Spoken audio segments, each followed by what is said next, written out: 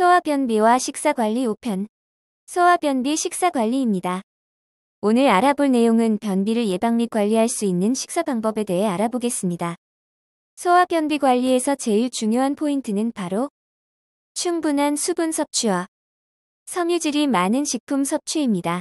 먼저 충분한 수분 섭취를 위해서는 이유식을 시작하는 생후 만 6개월부터는 물이나 과일을 직접 갈은 과일 주스가 변비에 도움이 됩니다.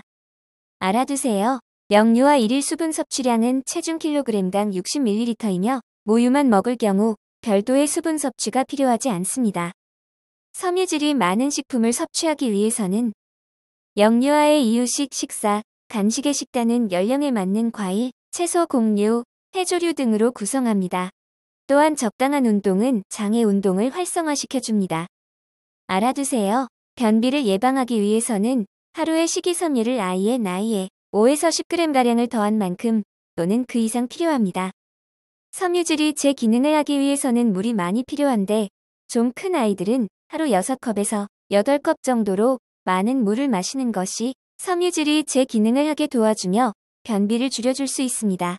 물론 적당한 운동을 해야 장의 운동도 활성화됩니다. 모유만 먹는 아기, 분유만 먹는 아기, 이유식을 하는 아기와 변비에 관해 알아보도록 할게요. 먼저 모유만 먹는 아기에게 변비가 발생했을 때의 식사관리 방법입니다. 하나, 모유의 양이 부족해서 변비가 생기는 경우가 많으므로 먼저 모유량이 충분한지 확인합니다.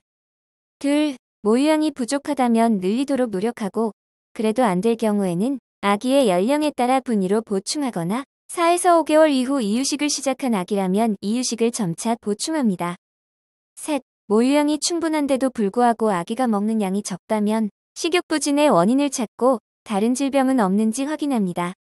넷, 주기적으로 배를 시계 방향으로 마사지하여 물리적으로 도움을 줄 수도 있습니다. 분유만 먹는 아기에게 변비가 발생했을 때의 식사관리 방법입니다. 하나, 무엇보다 우선적으로 아기에게 수분이 부족할 수 있으므로 물을 따로 주어 섭취하는 물의 양을 늘려줍니다. 많은 경우 이것만으로 변비가 호전되기도 합니다. 둘, 아기가 먹는 양이 충분하지 않다면 분유량을 늘려봅니다. 셋, 분유를 먹다가 이유식 초기에 변비가 생기기도 하는데 이는 처음 보는 음식물을 아기의 장이 어떻게 처리해야 할지 몰라 장 속에 한참을 두게 되어 변이 딱딱해지기 때문입니다. 이럴 때는 물 60cc에 설탕 1티스푼을 넣어 먹이거나 주스를 먹이면 도움이 됩니다. 넷, 주기적으로 배를 시계 방향으로 마사지하여 물리적으로 도움을 줄 수도 있습니다. 분유만 먹는 아기에게 변비가 생겼을 때는 물을 좀 더 마셔야 합니다. 변비가 생기면 일단 수분의 양이 부족한 경우가 가장 흔하기 때문에 물을 더 먹이는 것이 좋습니다. 분유에 넣는 물의 양을 조절해서 수분을 보충하고자 할 때는 소아과 의사와의 상담 후에 진행하는 것을 권장합니다. 변비가 생겼다고 해서 관장을 자꾸 하거나 6개월 이전의 아기에게 과일 주스를 먹여 변비를 치료하려고 하는 것은 권하지 않습니다. 아기의 소변이 노랗고 소변의 횟수가 적다면 우선 수분의 양이 부족하지는 않은지 반드시 확인해야 합니다. 이유식을 하는 아기에게 변비가 발생했을 때의 식사관리 방법입니다. 하나, 생후 4개월이 지나 이유식을 하는 아기에게는 곡류, 채소, 과일 등의 양을 늘려줌으로써 변비를 좋아지게 할 수 있습니다. 이 밖에도 수유를 하는 시간 사이에 설탕물이나 주스를 하루에 한두 번 먹이는 것도 도움이 됩니다. 둘, 이유식을 시작한 아기에게는 섬유질이 풍부한 과일과 채소를 주도록 하고 이미 먹고 있다면 그 양을 늘려줍니다. 셋, 생후 6개월부터는 과일을 먹일 수 있으며 즙보다는 섬유소 섭취를 위하여 갈아서 줍니다. 사과는 갈아서 먹일 경우에는 변비 치료에 도움이 되지만 즙을 내서 먹이면 변비에 별로 효과가 없습니다.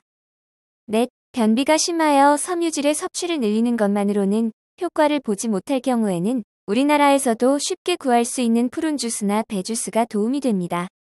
마찬가지로 퓨레 형태로 된 살구나 자두를 소량 먹이는 것도 좋습니다. 반면 흰쌀로만 만든 죽은 변비에는 좋지 않습니다.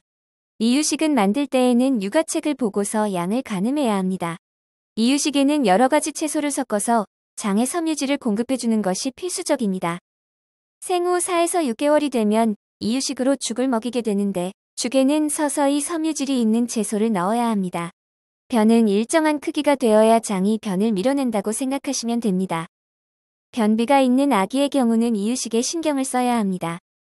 가장 중요한 것은 섬유질이 풍부한 식품을 제공해주는 것입니다. 변비가 있는 아기에게는 평소에 여러 가지 종류의 채소를 섞은 이유식으로 섬유질을 공급해주는 것이 필수적입니다. 변비에 도움이 되는 식품으로는 섬유질이 풍부한 과일과 채소가 있는데 사과와 서양자두인 푸른과 푸른 주스도 매우 효과적입니다. 이와 함께 수분의 섭취를 다소 늘리고 전체 음식 섭취량도 일정 수준 이상이 되도록 하는 것이 좋습니다. 과일은 통째로 강판에 갈거나 으깨서 먹이는 것도 좋은 방법입니다.